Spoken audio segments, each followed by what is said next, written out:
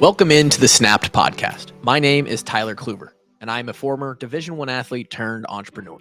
I run my own fitness and nutrition coaching business, as well as a sports media brand that produces podcasts, sells merchandise, and creates exclusive paid content. The fun part is I don't really know what I'm doing as a business owner. I'm just figuring it out day by day.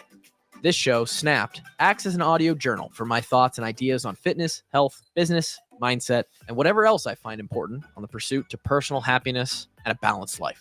I hope you can take something from the show that makes your life a little bit better. And regardless, I'm just happy you're here. Let's have a day. Let's go.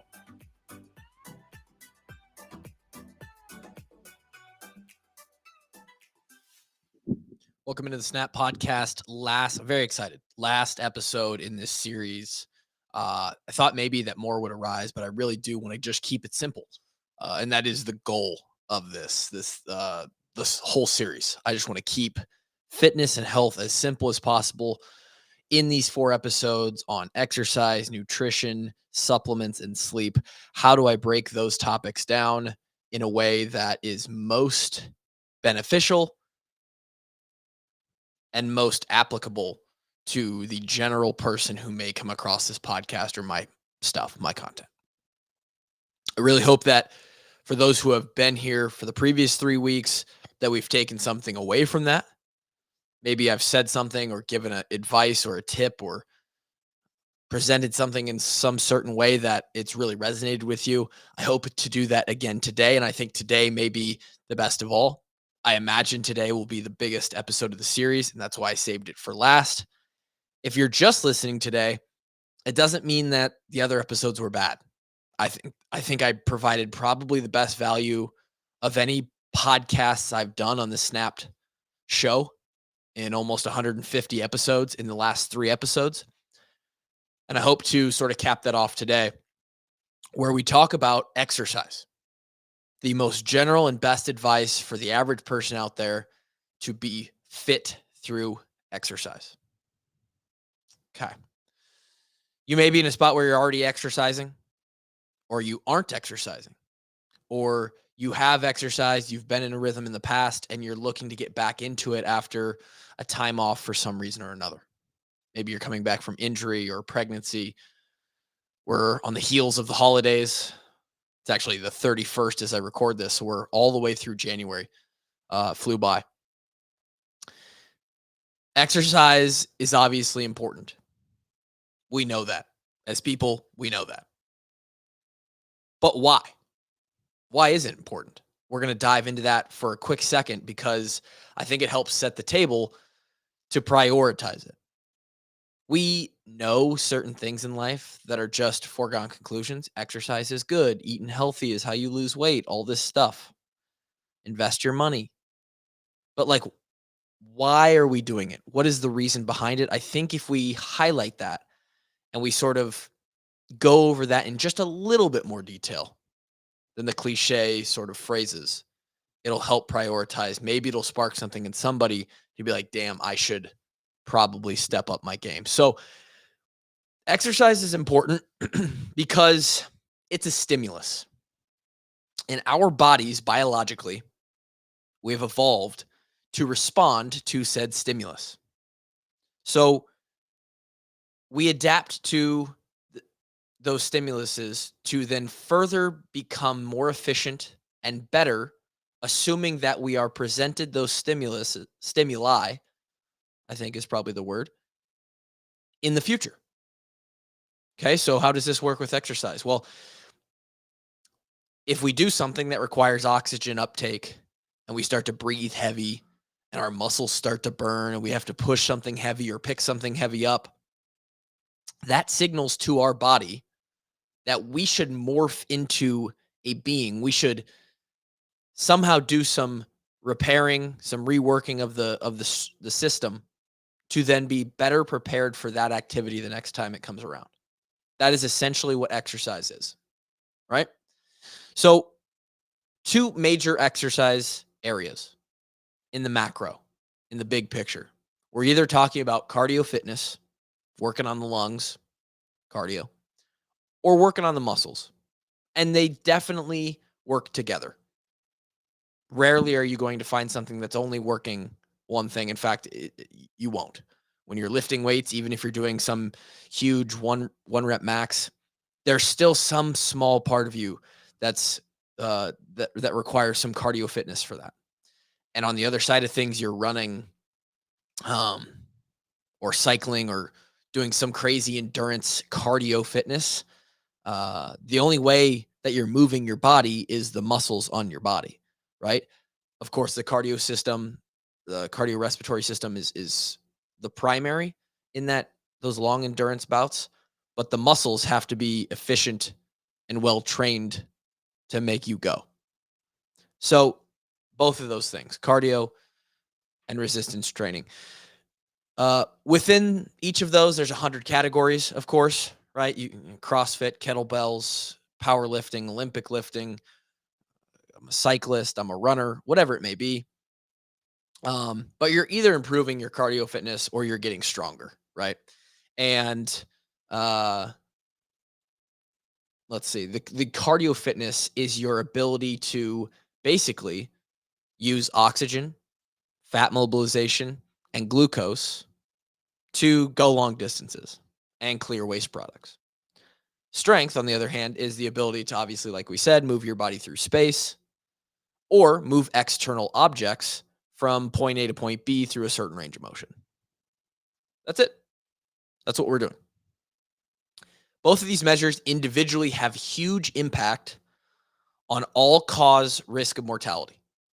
In other words, of all the things that you could die from at any point in your day, your risk of that goes down significantly if you are well versed in cardio fitness or strength.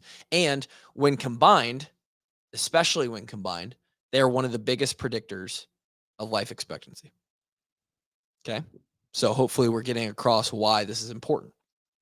Further than that, people who rank highly amongst their peers in VO2 max, which is basically the scientific measure of your cardio ability, and strength measures like grip and pressing and leg strength, are clearly shown to have a better health span. Not just a lifespan, but a better health span, meaning the quality of your life in those later decades of your life. This is all, of course, in addition to the benefits of cancer and disease prevention that skyrocket when you're healthy and you work out. So, great, you should work out. Everyone knows that. How do we simplify that so that you can wake up each week with a schedule that is sustainable and actually works towards increasing your fitness? How do we simplify this in 2024? What do we do? The biggest hangups are always going to be time, money, and direction. Direction in the form of what am I doing? What's the plan? What's the program, etc. Right? Time, money, and direction. So my best advice is to address each of these from the macro before you ever start a routine. We need to have these sort of looked at and made sure that we've checked the boxes so that you know that whatever you're getting into is sustainable. If you get into something that's not sustainable, you're wasting your time. All right? 2 times per day, 7 days a week, while for one, that wouldn't be healthy for your body, that would be absurd for most people. They don't have that kind of time, right? Not sustainable. Hiring a personal trainer for many people for everyday sessions or finding some bougie, boutique fitness salon or fitness studio that's going to charge, out the end for classes or for training. It's probably not sustainable on the budget for a lot of people. And similarly, if you head into the gym each day with no plan at all, and you just, hey, I'm going to start on this machine and while I'm doing reps on this, I'll figure out what I'm going to go. That's going to become very unsustainable as well. Time, money, and direction. So, what's the structure to figure this out? Let's start with time. How much time do you have? Be conservative. right? This is step one of figuring it out. When you start out, we need to pump the brakes a little bit. How much time are you both willing and able to give to your fitness each week? Think about it on a weekly basis. And for many in the beginning, I would suggest a few hours. I think the minimum we should be doing is 2 hours. In fact, even the government and their regulations and recommendations are atrocious for most things, especially when it comes to fitness and health. But even they recommend 150 minutes a week of moderate activity or 75 minutes a week of vigorous. Most people aren't going to be doing vigorous. So let's just roll with the moderate 150 minutes. That's 2.5 hours. I think 2 hours is good if you mix in some of that high intensity stuff in there. But we got to figure out how much you're willing and able to give each week. And maybe that will grow as time goes on. It's totally fine what you're able and willing to give, right? You're not going to be me. I'm currently, for the last 3 to 5 years, I, at a minimum, am giving somewhere around 7 to 10 hours a week. And I've had periods of time where I'm training for something specific, where the training ramps up towards closer to 20 hours a week. Okay. Most people don't want to give that much and can't give that much. As long as you're getting that 2 hours a week, don't worry, you're good. Again, that can change as time goes on. So let's say, for example, in today's episode, we just decide I have 5 hours a week to give, and we'll work from there. You then, after deciding that number, need to decide what you're going to do. And that contains the location of your exercise, the format, and the specifics of your training. Is it the YMCA, Orange Theory? Are you going to go to a CrossFit gym? Are you going to work out at home? First, making that distinction is likely going to determine the money that you are investing into your fitness. Notice I said investing and not spending, because you're getting a return, a really, really great return on your time focused on fitness and health. But that's going to determine a little bit, at least somewhat, the structure of how much money you're going to be investing into this. And it will also start to make more clear the training specifics. Group classes or Peloton or other very niche or specific things are going to pigeonhole you into specific routines and modes of exercise, which is fine. But that's a vast difference than if you're going to get a box gym membership at an anytime or 24-hour fitness or whatever it may be, and you then have the ability to walk in to a gym floor and decide whatever you want to do that day, cardio or lifting, right? So we sort of start to have to choose what we want to do. Always feel free to mix and match that as well. This gives us the best chance at personalizing your own fitness. And again, the most personalization is going to result in the best sustainability. For example, I have a Peloton bike that I do once or twice a week. Wife likes it as well, but also tons of weight equipment and a rower and an air bike down here in my garage that allows me to do a bunch of different things. And I also, once a week, try to utilize a CrossFit gym where I have a couple buddies, and that bigger space with more equipment allows me to do things that I can't do at home. So mix and match to the best of your ability. Maybe it's a membership to the YMCA, so you have access to a pool so you can swim.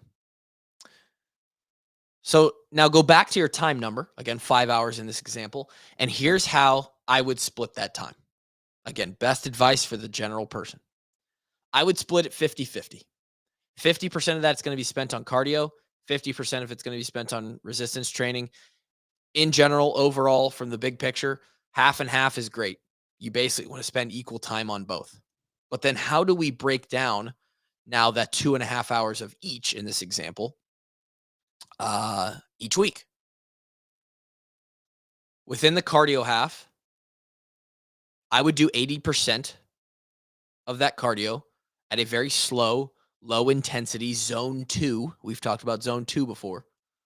Somewhere around 70% of your max heart rate.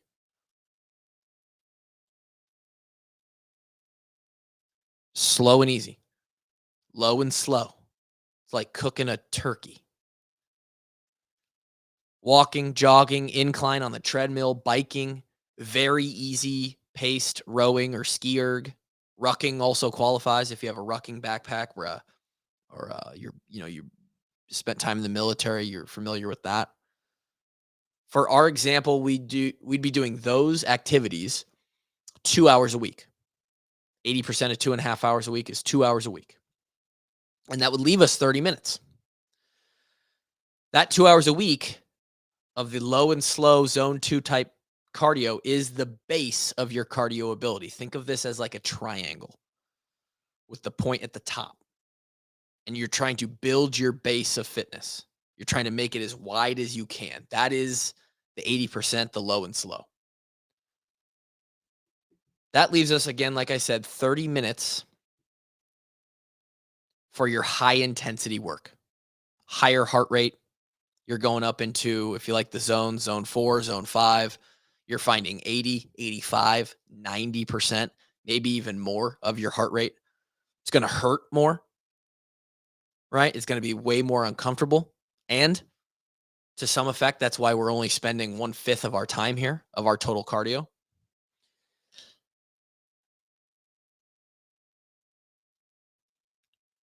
Sprints, faster running, faster sprints on the rower, the bike.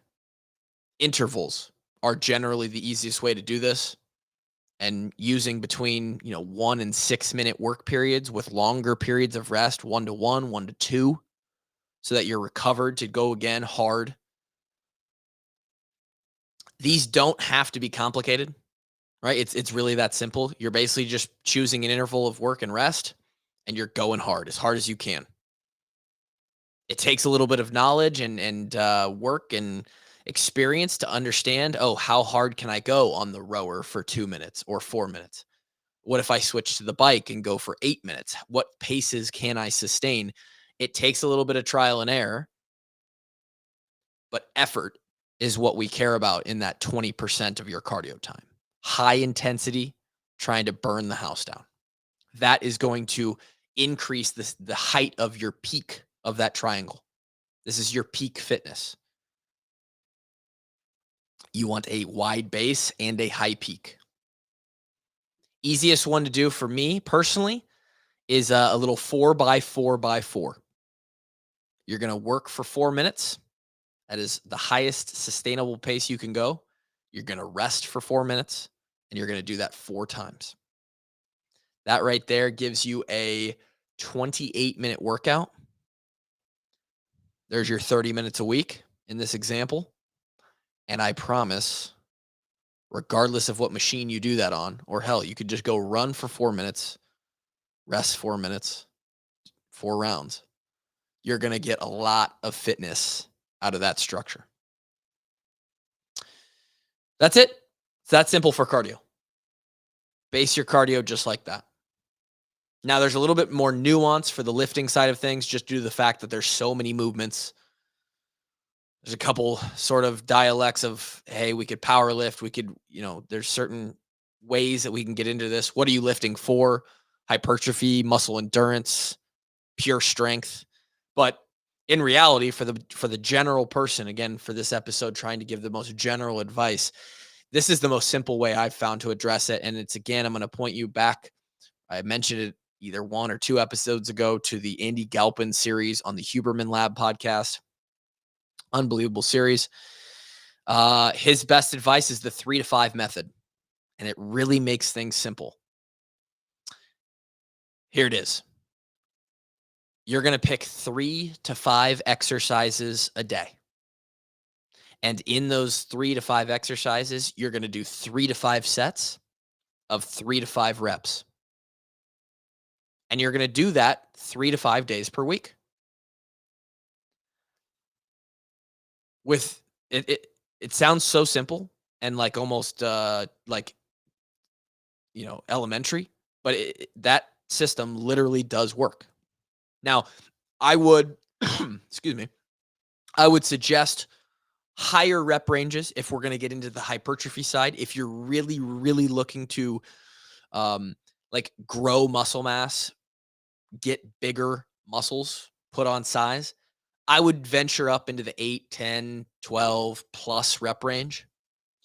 But for the rest of this, strength, muscle endurance, you can really get what you want out of this system for a very, very long time and continue to increase and improve.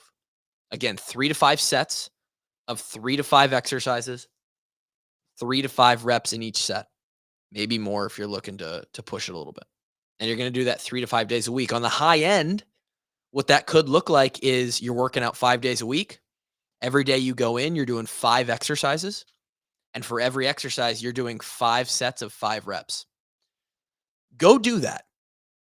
Go do that. If that sounds like not a lot to you, it's a lot. That's gonna end up being 25 sets of movements. As far as picking the movements, you want to go all over the body. You don't want to be that guy who's neglecting the legs. So you're gonna want to do legs, squats, lunges, deadlifts, presses, overhead presses, use dumbbells, use kettlebells, whatever you want. Core, shoulders, chest, hit every body part. If you're going 3 to 5 days a week, it should be pretty easy. Whether you're doing a full body split, you could do on those, say you're doing 5 exercises a day. You could do 5 exercises for 5 different, or one exercise for 5 different body parts. Or if you want to run a more of a traditional split, hey, a couple of those days could be the arms or the back. A couple of those days could be legs. Throw in a little bit of core here and there on each day. It's plenty of volume to get in what you need to get in. And so in a way, the lifting is that simple too. With both cardio and lifting, track your workouts. Okay? Part of a sustainable plan is having a little bit of motivation to go somewhere or see improvement. And the only way you're going to do that is if you're writing down your workouts, writing down the sets, the weights. Use a journal or a notebook, maybe even your phone. I'm sure there's plenty of apps that do it. I just use a document on my computer. And the way you want to progress and get better and see gains is obviously through weight, right? We always want to increase the weight we're doing. But on the on the lifting side of things, you can also increase the amount of reps or sets that you're able to do with the same weight. Or you can decrease your rest periods between. Say you started one week and you did 5 sets of bench press with a specific weight and a specific rep range. You could go back and do the exact same thing, but the only thing you change is instead of resting for 3 minutes between each set, you rest for 2 minutes between each set. You have progressed. You have made gains. You have done more work in less time. You're now stronger slash fitter. You can change all of those variables or just one at a time. And for a very, very long period of time, you can continue to make progress. So on the cardio side, same thing. You're looking at more distance within your intervals, higher wattage, your average wattage or more calories in a specific time frame. And then along with that, obviously, maintaining a specific pace or wattage at a decreased rest interval. And that's really it. The gold standard of this format is that you should always feel like you could do maybe just a little bit more. When you start to flirt with the overtraining and doing too much, your body is at an increased risk for injury. Your mind is at an increased risk for burnout. And those two things are not good. But most importantly, in that time, in that state, your body and your workouts will be diminished with intensity, motivation, the not the right word for it, the psychological connection, mind muscle connection will not be there. You don't want to overtrain. So always feel like maybe you could do a little bit more. And that could increase over time. But always keep your barometer right there. You don't want to be leaving gains on the table. So 50-50 on the cardio and lifting, 80-20 within the cardio, 3 to 5 method on the lifting side of things. It's all pretty simple. If you have questions, let me know. I write an at-home program that follows a lot of these principles as best I can with only having a pair of dumbbells and your body at your disposal. It's an incredible program that gets great results.